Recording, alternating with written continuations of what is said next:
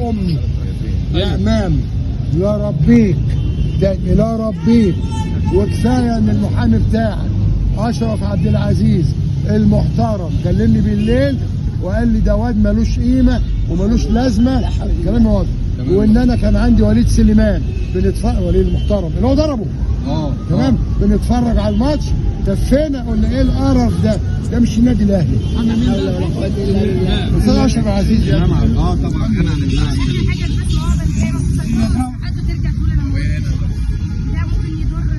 انا خلاص القضيه حصلت. انا بدعي ربنا يهدي الناس ثانيه واحده بس يا ابني، ما انت فوقي كده وبعدين حاطط لي شعار النادي الاهلي في وشي. انت مش ساند عليا. ده هو قاصد. انت زملكاوي ولا ايه؟ ربنا يهديها. انت زملكاوي؟ جو دي يعني بشجع الهلال والمريخ. على السكين. انت عندك ولاد؟ الحمد لله انا تعبت، عندي 12 حفيد وحفيده. 12؟ اه والله ولسه طالع من السكه. وانت ما بتولديش دلوقتي؟ لو انت ولدت انا حولك. لو انت ولدت انا ما حولك. ولدش انا ما ولدش، انا بولد.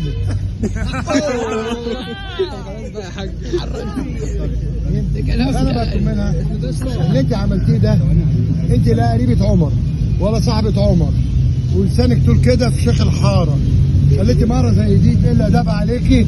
ها عيب اللي انت عملتيه، وانا محذرك ما تتكلميش في القضيه. طول ما تتكلميش تكلميها هي. ساعات المستشار ده